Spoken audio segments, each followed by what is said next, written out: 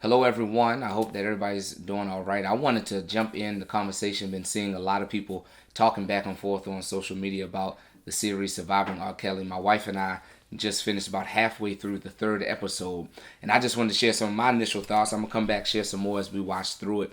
But my biggest takeaway at this point, I am completely disgusted, and it is so sad to see what was allowed to transpire. How every system, almost everybody who was involved, though now looking back on it, they're saying how they saw signs and they should have spoken up. We see how easy it was for them to just go along with it, not to say anything. They saw signs, but they didn't act upon it. And in the process, so many young ladies were hurt.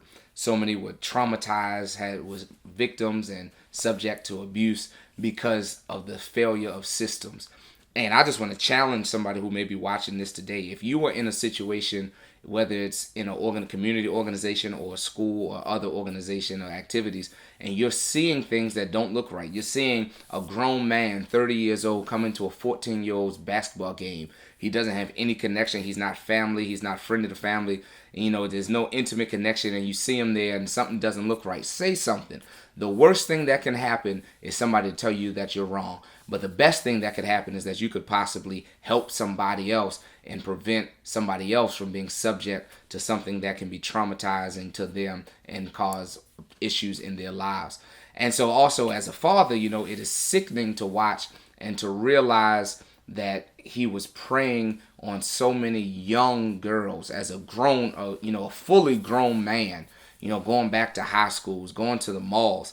And it causes me, now as a father of a 4-year-old black girl to start to think, as she grows up, how it's so important to protect her, to make sure that I don't put her in situations where she's around people like this, but also to ensure that I instill in her and train her up so that she knows how to spot these things, how to know when something's not right, not just to go along to get along, but to remove herself from the situation or to say something to an adult, say something to, her mother, her father, or a friend of the family so that she can be in a safe space. So it's so many different things to unpack.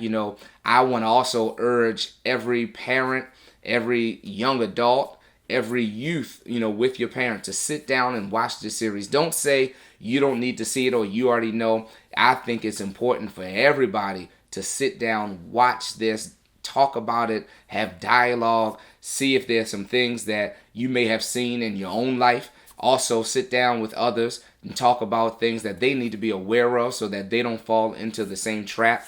Don't be naive and think that R. Kelly's the only person who has these proclivities or the only person who is out trying to prey on young girls. I think that we all need to be even more vigilant in this season to ensure that persons who have these problems are not given access and opportunity to do more damage to our young girls. We have to speak up, especially us. I want to even put the challenge, take it a step further. We'll talk about it more as I finish the series, but I want to put the challenge out there to every black man to step up and defend our black women. We've seen so much over the course of history where African American women, women of color, are seen almost at the lowest end of society. They don't have a voice. People don't speak up to them. For them, we've seen it, historically where black men don't speak up for black women because they think that they'll lose their place in society. But the reality is we have to speak up for our own, and we as black men must not try to change the conversation. We must not try to divert it. We must not try to shame the victim.